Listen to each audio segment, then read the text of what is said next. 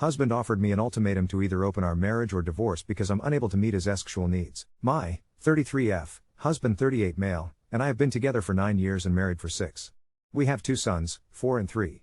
A little bit about our marriage: I stopped working when I became pregnant with our first son, and never went back to work because we haven't needed it. My husband makes a $400K working from home with a very flexible schedule. I tend to do more of the childcare since I don't work, but honestly not that much more. He loves spending time with our children, has a rather intense personality when it comes to organization, so he's very pro-cleaning, and one of his greatest passions, along with sex, is cooking, so he plans and cooks more than half of our meals. We still have our ups and downs of course, but overall we're both very patient and caring people and, up to this point, a very patient and caring relationship. Our views on child rearing align more or less entirely, and my entire family absolutely love him. His family is not in the picture. He grew up extremely poor in an unstable household. Before I got pregnant, we had sex 10 plus times a week as a baseline. Of course sometimes one of us was too busy, or stressed, or physically unwell, and that was never a problem. All things usual though, we had sex more than once a day for years. Then we decided to have children. We both love children, and knew that this would change almost every element of our lives and marriage. In conversations around this, we did discuss the likelihood of sex being less frequent for a while, and it didn't seem like a big deal. During the pregnancy, we continued to have pretty regular sex. That changed drastically once my son was born. I felt like I had zero libido, but my husband was extremely understanding at the time. He said that I just grew a human, so it makes sense for my body to be prioritizing different things. He was more or less happy with more sporadic sex for the next 2 years, and I thought everything was fine. Once our youngest was around 18 months, he started to instigate more mornings and nights again. I turned him down a decent amount because I just wasn't feeling any desire for sex. After a couple months of this, he asked me what he could do to help me get my drive back to what it used to be. He asked this gently, and I didn't respond as well as I could have. It was upsetting in the moment, and we ended up having really the first big fight of our marriage over it. We both ended up apologizing, but it was only a couple weeks later that he instigated another talk about it. Mind you, it's not like we never have sex. We're probably having sex 2 to 3 times a week. He suggested that we get couples therapy and that maybe I should see an endocrinologist. I responded better this time, and agreed. Hormone panels came back regular, so we tried a couple different therapists for a few sessions each. Both basically said his expectations were unrealistic and partnerships are about compromise. In those sessions my husband's response was that he isn't ready to compromise on something that's so important to him. He was asked if it's more important to him than having a healthy marriage, and while he said no, in hindsight there was some definite hesitancy. Over the following months I noticed a decrease in emotional affection on his end. It's hard to put a finger on, and for a while I told myself it was just in my head.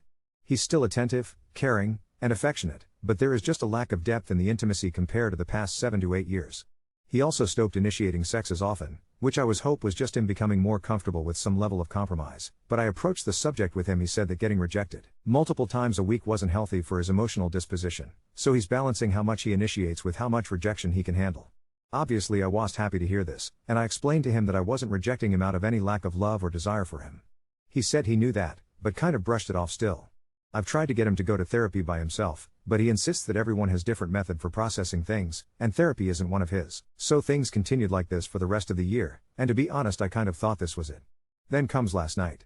He walked into our room after putting the kids down, we take turns reading them books before bedtime, and said he needed to have a serious discussion.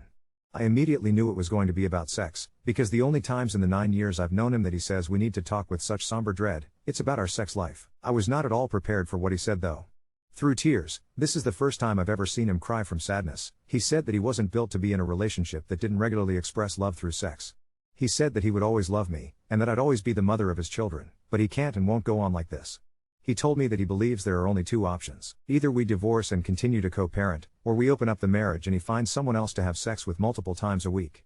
Transparently, the first half of the ensuing conversation is a bit of blur because of how emotional it was. I went from being devastated bordering pathetic, to furious with more rage than I've ever felt in my life. I said some things I regret and didn't mean. He stayed relatively calm throughout it, but he did say that he wouldn't have a conversation with me if I kept yelling. Eventually I calmed down, and begged him to try and rekindle our sex life. I even tried to initiate right there, which is incredibly embarrassing now, which he rejected. He said he was open to working on getting our sex life back to a place that was happy for both of us, but that can't mean me having sex when I don't really want to, and that he has needs he has to go get elsewhere for now. I told him I didn't want to open up our marriage, and begged him more to work it out. He said he needed some space and he was going to go stay with a friend of his for the night. I texted him early that morning to let him know not to come, and that I was going to take the kids to visit my parents for a couple days. He was hesitant but agreed to let me take them for a while I process. I don't know what to do. I don't want to lose this marriage, but the thought of him sleeping with other people hurts so fucking much. I don't know what I'm looking for, or if there's any advice to be had. I feel like my world is collapsing and it's my fault. My parents know something is wrong because of how distressed I am, and even worse, both of our sons can tell. I've tried to hide it, but I'm a mess. My husband says if we stayed together and he felt rejected regularly, he'll end up resenting me and that it's better for our children to have separate parents than resentful ones. Should I open up the marriage or move forward with divorce? Update 1. I've spent most of the day talking with my mom while my dad took the kids on an adventure. I love my mom so much, she is such a rock. I do think we are heading for divorce, but I don't want it to be one of animosity. A lot of the comments are well-meaning but really assume the worst of my husband. His position on sex is extremely immature and selfish. I can see that now, and I don't have to forgive him for it. He is also an incredibly loving and kind person who has supported me through thick and thin. He holds himself to obsessively high standards, and while people will say I'm native, I know this man well and I can't imagine him bearing the guilt of adultery. He simply thinks too high of himself and is too sensitive. He is staying at his married friend from college. He is godfather to their 3 children. His wife has already reached out to offer support if I want to talk since she knows we are going through trouble. I don't think it's a stretch to say he will regret this, but to those that think he is going to have trouble finding people to sleep with and run back to me. Well, he was a regular in a sex and BDSM communities in his 20s before we met. I knew this from early on, and never stopped exercising 6 days a week. I would like to tell myself that he would come running back after realizing it's hard out there, but I just don't think that's the case. I think his view of the world is that if he does what is asked of him, he can ask the world to have his cake and eat it too. For people saying to take him for everything he has. I'm going to talk to a divorce lawyer this week. I will of course do my due diligence, but he has always been generous with his money, with charities, friends, etc., and loves his children as much as I do. I do not say that lightly. I'm not going to try and ruin him, as some have suggested. We are still going to be co-parents even if we separate, and I want to handle this with maturity. If we don't see eye to eye, then I won't shy away from court, but I honestly think he will sign whatever number I give if it's remotely fair. He is a bad partner for his decision, but you don't know him like I do and he isn't a bad man. I've watched him struggle to figure this out and he is too selfish to accept the obvious answer, but it isn't for lack of remorse. Just, immense selfishness and a will that believes the world can be what he wants, while also wanting it to be one of love and compassion. If that makes sense. Thank you again, we'll respond to comments when I have time. Update 2. Many of you are well-meaning, but have obviously been hurt and are projecting some of your anger onto a situation rather than providing advice for the context provided. To everyone with good intentions though, I thank you so much. To the misogynistic/incels/creeps that invariably come out of the woods, fuck you. My husband wants to meet and talk this evening. I'm going to meet him. I'll give one more update after we meet, if that's allowed. There are too many comments at this point to respond to them. To answer some questions that seem genuine. 1. Yes, he is obsessive, and yes, he has childhood trauma. These things don't excuse him from what I now realize was an entirely unacceptable decision to give me an ultimatum. 2. To say that the sex is good for me when WW do have it would be an understatement. I'm not going to get into the details, but his appetite for life and energy is one of the reasons I fell in love with him. He definitely has an atypical view of sex beyond his extreme high libido. He'd describe his view as not being orgasm-oriented, and he often doesn't orgasm. Strangely, that's not the important part for him. I used to joke that he has sex like he cooks. Most of the best meals, and all of the best sex, I've ever had have come from him. 3. The advice here has made me realize that we are probably going to get divorced, and no matter what he needs therapy. He's so high functioning that I never really thought he needed it, but some of you have made some excellent points and my mind has completely changed on that. No matter what, I love him and he will always be the father of our beautiful children, so I will try to convince him to go to therapy even with us divorced. 4. I'm not going to spend more time on the infidelity. I'm sure some people are sincerely trying to help, but there's obviously nothing I can say to convince many people that I'm not entirely native or wearing rose-colored glasses. That's fine. I'm sure denial is the first step is true for lots of adultery survivors. Internet Strangers Project. It's what we do. 5. Yes, my libido was matching his pace for years, but I think a key difference may be that I wasn't like that before I met him. When we started dating, his friends endearingly called him slut because he slept with a lot of women. I knew all this. I was his first serious relationship at 29 years old, and I liked that. I always felt like his friends treated me a little special because of it. In hindsight, we should have talked about the inevitable eventual decline in sex frequency. I remember looking across the table from him on one of our first dates when he said I eat a lot of great food and have a lot of great sex. At 24, it sounded like he had figured out what was important. Now at 33, I don't think he's matured appropriately to recognize there are so many more important things. I feel sorry for both of us that this is the case. 6. Reading divorce literally hundreds of times in the comments has helped, I think. It still doesn't feel real, but I don't feel uncontrollable devastation every time I think about it now. I'm trying to digest that is probably where my life is heading. I want the divorce to be one that is led with love. I don't care that internet strangers think that isn't possible. He may not be capable of living the life I want, but he's capable of that. Also, so many people are saying I should tell everyone why we are getting divorced. It's just another point that none of you know him. I promise he will tell them. He will say we were no longer sexually compatible. There will be shock, but probably not as much as I wish. He is an incredible friend and godfather to more than one set of friends' children. They will stick by him, just like he would stick by them. Update 3. Before I met my husband last night, I read every single comment and DM. Yes, every single one. With that in my head, I drove the hour to our home, leaving the kids at my parents'. I went in with multiple intentions, but overall I wanted to keep my composure. I was scared to be hopeful, but I knew that deep down I was yearning for this to be a conversation where we felt connected. When I walked in, he was already sitting at the table. Jesus Christ. He looked like shit. This is a man who is typically hyper-composed, so before words were even said I had already never seen him like this. He tried to ask me how I was doing and how the boys are. I was blunt that the boys are fine having a snow day, and that he was the one who asked me to come here, so tell me what you want to say. The way I said it didn't feel good as there was an air of coldness that is just so foreign to how either of us speak to each other, but it's how it came out. He started by apologizing and saying that he could have done better at organizing his feelings and presenting what he thought our only remaining options were. I didn't read too much into this because he almost always thinks he could have done better in every situation in hindsight and is rarely satisfied with how he performs. Then the surprise. He said that he thought about it, and that opening the marriage wouldn't fix anything, and that it was a desperate and frantic idea he had thought the night before. He said the only way forward is for us to separate. He said he had already gotten 3 months unpaid leave approved from work to handle things. He was breaking up a little bit already, and I was doing my best to not let that make me start breaking up because one of my goals was to try and stay calm. Part of me regrets my next move, and to be honest I know I did it because of some of the advice. I looked him in the eyes and asked him if he already found someone to sleep with. It felt cruel after I said it because I didn't believe he had and it obviously only hurt him further. Of course he said no, and asked me if I thought he was capable of that. I told him I didn't know what he was capable of anymore. More hurt. My emotional composure was also pretty much ruined when I said that because it made me start to cry, but at least not sobbing this time. He said the same things he said last time I saw him, that he would always love me, and that more important than anything is that I will always be our son's mother. We were both crying, but controllably, when the next thing came out of my mouth before I could even process it. I asked him if he's really ready to completely miss half of their lives. I knew obviously we were going to talk about our sons, but that question wasn't premeditated. It was a bomb. The last time I saw him was the first time I saw him cry from sadness, but it was controlled crying. The only words he managed to squeeze out were I don't know what to do, and then absolute breakdown. It isn't that I was any way surprised by his love for our boys. I've known that since day one. I just honestly have never thought he was capable of losing control to the degree that followed though. He was sobbing uncontrollably. Just as bad as I had the night he sprung the ultimatum, probably worse. In that moment, I didn't know what to do.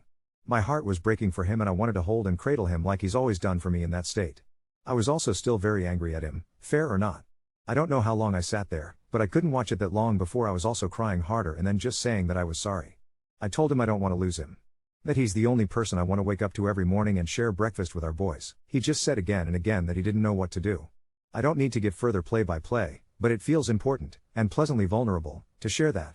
When the heavy crying passed, we kept talking and I eventually brought up that his friends, wife had reached out to me.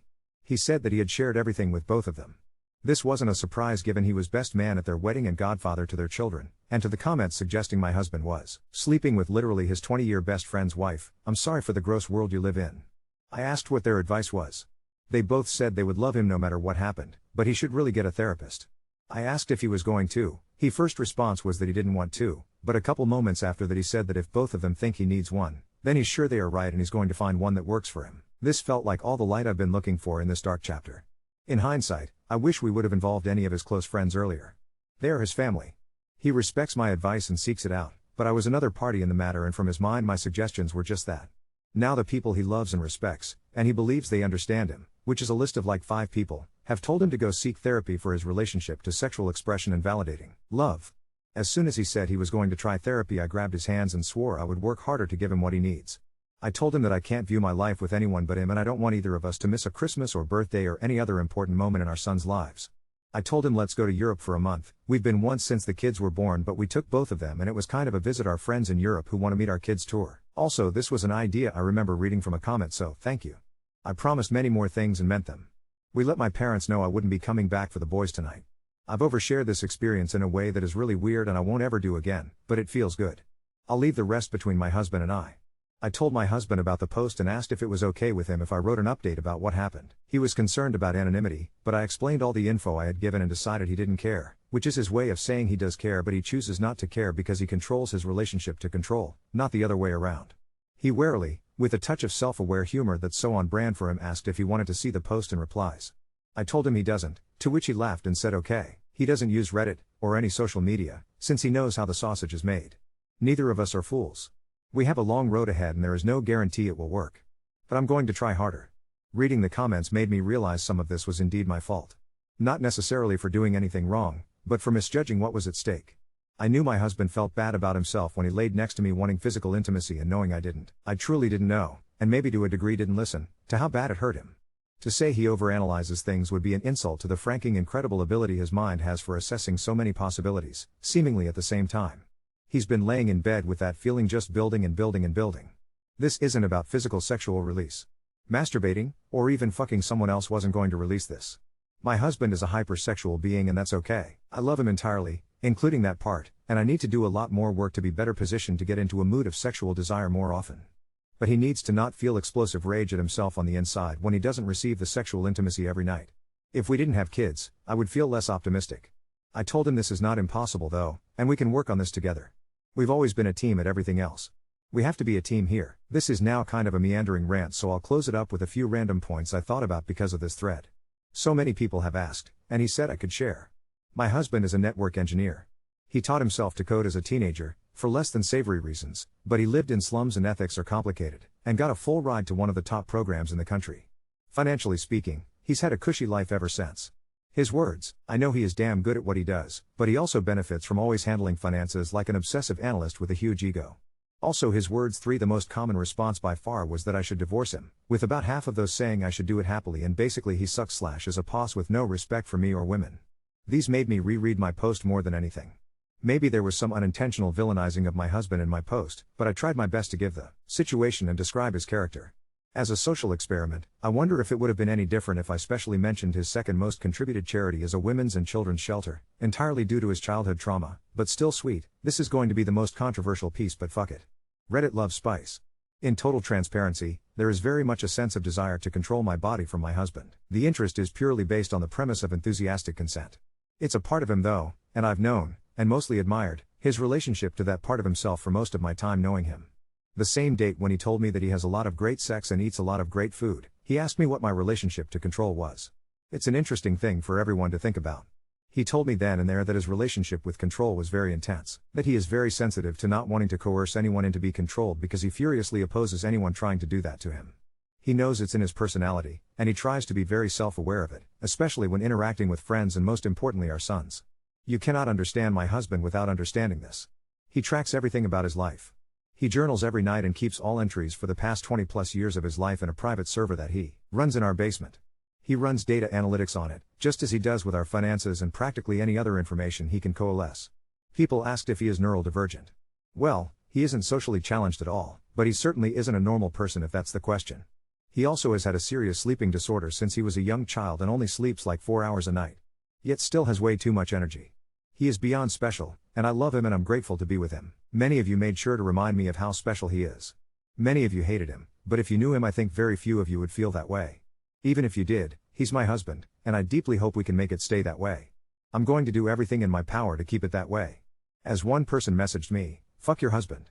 No, seriously girl. Update 4.